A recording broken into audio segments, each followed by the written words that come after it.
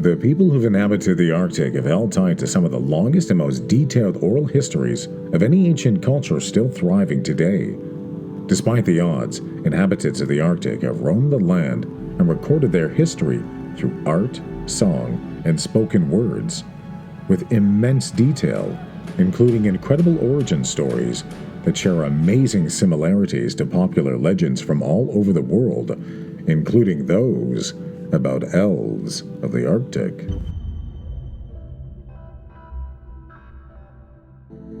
The Inuit that inhabit the north, from Alaska all the way across to Greenland, were part of the Great Thule Migration that began about 200 BC when their early ancestors began entering North America across the Bering Sea. By about 1000 AD, the Thule, that were the ancestors to the modern-day Inuit, were moving across the Arctic and into Greenland, rapidly displacing the ancient Dorset culture that had already been living in the Arctic, wiping them out entirely around the 1400s after surviving thousands of years of near total isolation, an existence that goes back to likely before the construction of Stonehenge. And this is where the Little People legend takes root. Despite all of this isolation, the Inuit still tell stories that seem strikingly similar to others from much warmer climates.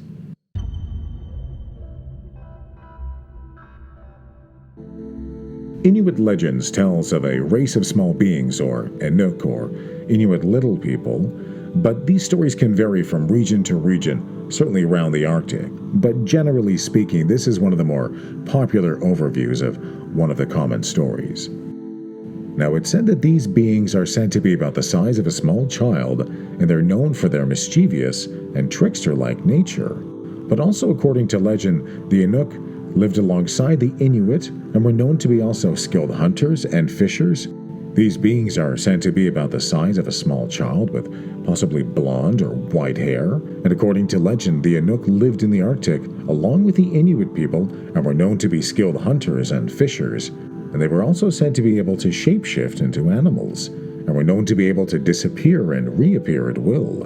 In some stories, the Inuk were seen as helpful creatures who could assist the Inuit with hunting and fishing, including many modern stories of encounters with little people who were helpful at times of distress or peril deep into the vast wilderness of northern Canada and Alaska. There are also lots of other tales and encounters about them being mischievous and playing tricks on the Inuit, such as stealing food or causing them to get lost in the wilderness. But were also believed to have supernatural powers and could bring good or bad fortune. Even into the modern era, reports have persisted in communities about encounters with little people. These stories are often very interesting because they mirror similar stories from First Nations and Native Americans from all across North America.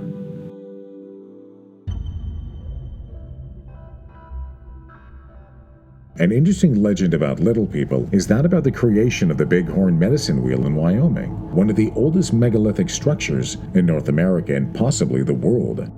Now, it's thought to have been built around the time of Stonehenge, maybe 5000 BC or so, but locals believe it could go back maybe tens of thousands of years. And part of that history speaks about the help they may have received from the little people of the prior mountains to build it. And just like the Ojibwe or the Cherokee, in the eastern regions of North America, they tell similar tales down through their history about little people that inhabit the Americas. These stories of their behavior, being both helpful and mischievous, is interestingly consistent throughout. Even when you look at things like Ireland's leprechauns or the Veta of Norway, even to tales from West Africa. Now, surely if these little people, at least in North America, existed, would leave some evidence behind, like bodies. Well, there could be lots of them.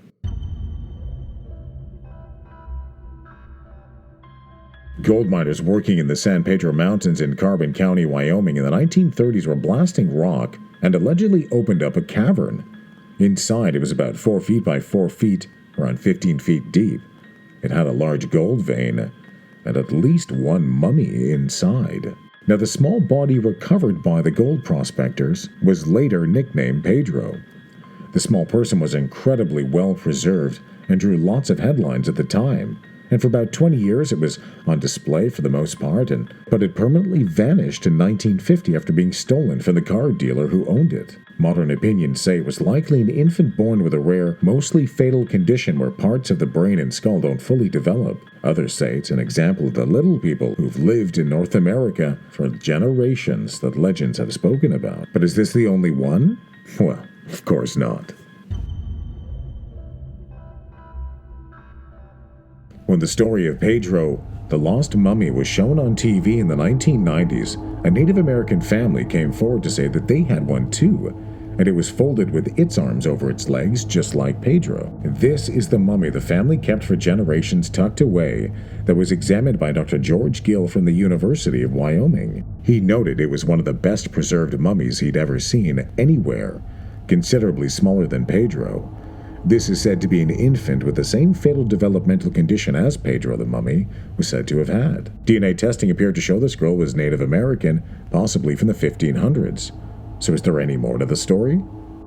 Well, of course.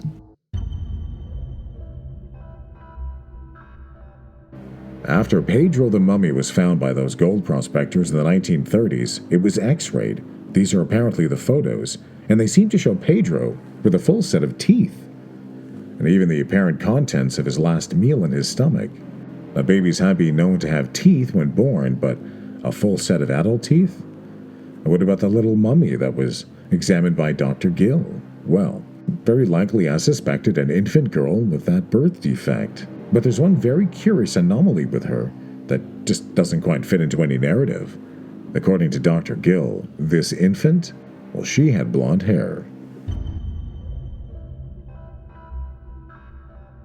Now, something else history seems to have trouble reconciling: the dozens of small pygmy skeletons mostly found in burial mounds across America, particularly in places like Tennessee, where at least one mound in the 1800s excavated was said to contain the remains of a dozen pygmies, both adults and children. Native Americans on the East Coast have long told stories of little people being both helpful and mischievous. A book detailing the construction of Western Carolina University reports crews finding tunnels and even a small infant-sized skull with its wisdom teeth. This article from the 1870s that ran in the Royal Anthropological Institute of Great Britain and Ireland notes the pygmy mummies being found buried, but were either standing up or sitting up in the same position as the other two mummies that were found in Wyoming. As you can imagine, the Smithsonian is holder of all of these remains, and much of it has vanished into the ether of government possession. Archaeologist Lawrence Lohendorf notes that the burials, of course, are always sent to local universities or to the Smithsonian for analysis, only to have both the specimens and research results disappear. And even more interesting, it seems these pygmies, or possibly their ancestors, might even go back farther than Homo sapiens. This is a story that ran in the Washington Post in late 2022, covering details of findings that began back in 2013 in the Cradle of Humankind World Heritage Site in South Africa. A remarkable discovery that could help rewrite the history of hominids and where humans fit into it. Evidence was found of a lost species, Homo naledi, that was said to make tools, control fire, and were even burying their dead deep underground, in a practice thought to be unique to humans. And they were doing so hundreds of thousands of years before we even showed up on the map. What's incredible, this tiny skull from an adult of this species, well, its brain was apparently about the size of an orange, and its full-grown males, a little over 3 feet tall. It lived hundreds of thousands of years before humans. Now, it's not to say that this is all connected to the same group of small people that the Inuit or the Ojibwe have been speaking about, but it does make for an interesting thought experiment about beings that might exist alongside us.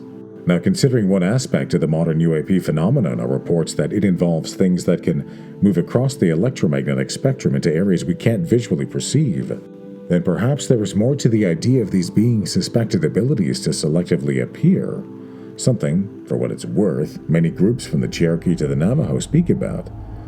It's a consistent factor, they believe, with things like Bigfoot or Sasquatch or even skinwalkers all being able to shapeshift and appear at will.